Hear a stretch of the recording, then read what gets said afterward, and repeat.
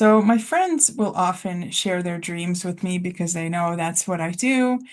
And an interesting thought came into my mind that I wanted to share with you, which is that doing anything with your dreams is actually a way for them to start to expand your consciousness. And even if you just make conscious the fact that there is something in this dream that is coming through, and you do absolutely nothing else, the dream will have served a purpose. And so, this is why a lot of people don't want to do this, because dreams actually come from that very edge between what you're conscious of and your unconscious. And depending on how far down the rabbit hole you go, how deeply you work with the dreams, they'll go deeper and deeper.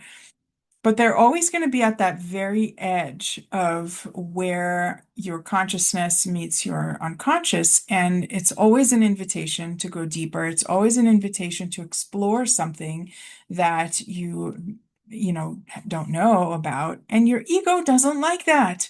Our egos don't like it when we make something unconscious and bring it into our consciousness because it disturbs the status quo. And the ego's only job is to preserve that status quo, is to keep us safe, to keep that small story going, right?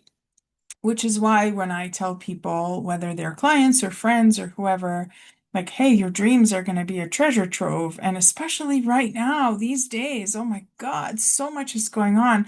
Your dreams might be going crazy. And so a lot of times people will either say, oh, my dreams are too crazy, I have too many, or they say, oh, I don't remember anything. And both of those are actually a way for your ego to just say, never mind, we can't do this. This is too much. Don't bring anything, into your consciousness. And the thing is, this is true of even people who deeply work on themselves. This is one of those areas that's the shadow, that's the stuff that you can't control. You don't know what the dream's actually going to say. It might say something about you that you think you're not ready to see. You actually are ready to see because you're having the dream, right? But I wanted to just kind of emphasize the fact that when you do bring anything into your consciousness, even if you just name it, even if you say, oh, wow, this dream is showing me that I'm dealing with a toxic masculine. It's always within yourself, right? Even if there's a toxic masculine in your life and you're seeing that in your dream, it's just mirroring back to you your own. Even if all you do is you just say, oh, I had a dream that showed me I have this aspect of myself, and you do nothing else. You don't go deeper, you don't dig into it, nothing, right? Just naming it is already a shift of your consciousness. It's already an expansion. You're already changing something.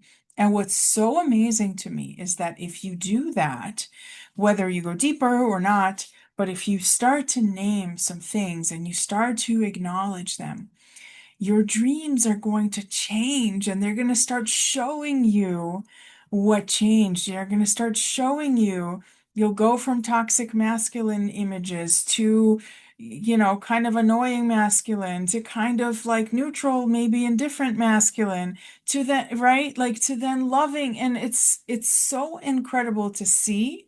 Um, I have so many examples of this. I'll give you one that's coming to mind right now, a personal one. I had lots of dreams about hospitals and doctors, right? And so initial dreams, like the early ones, when I first started working on dreams and realizing, wow, gee, I have all these dreams about hospitals, which also often are actually about your birth stuff, your birth wounds, your traumas, your having to do with being born into this world, being a human. But my initial dreams were scary hospitals. I'm alone, or I have to break through to like I'm not being allowed in because I need I need some sort of treatment and I'm denied because I came on the wrong day or I'm on the wrong floor or I don't have the right ID. Like I had a lot of denial. I wasn't allowed to receive healing. To then my hospitals in my dreams became I'm allowed in. I have a treatment. Then they changed to I'm not only allowed in and I have a treatment, but I have very kind nurses or I have very kind doctors helping me.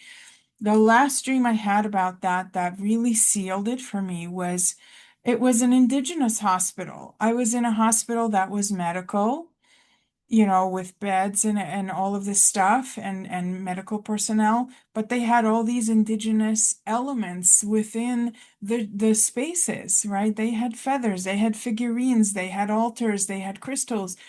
And so I worked on the stuff that was pertaining to these dreams, depending on what each dream was.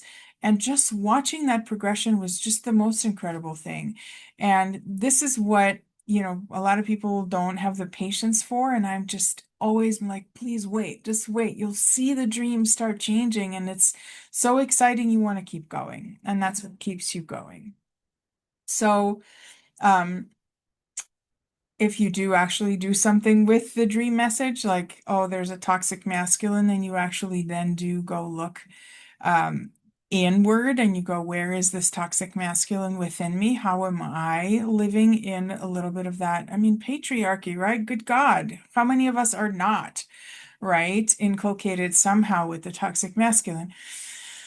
Anyway, that's just one example. If you do something with the messages, the healing accelerates. Your healing, your dreams will also start showing you more and more of your healing. I also want to add one thing here about using AI to interpret your dreams. I'm not against it. I'm not against it. I will actually use it myself at times, and it has been very helpful.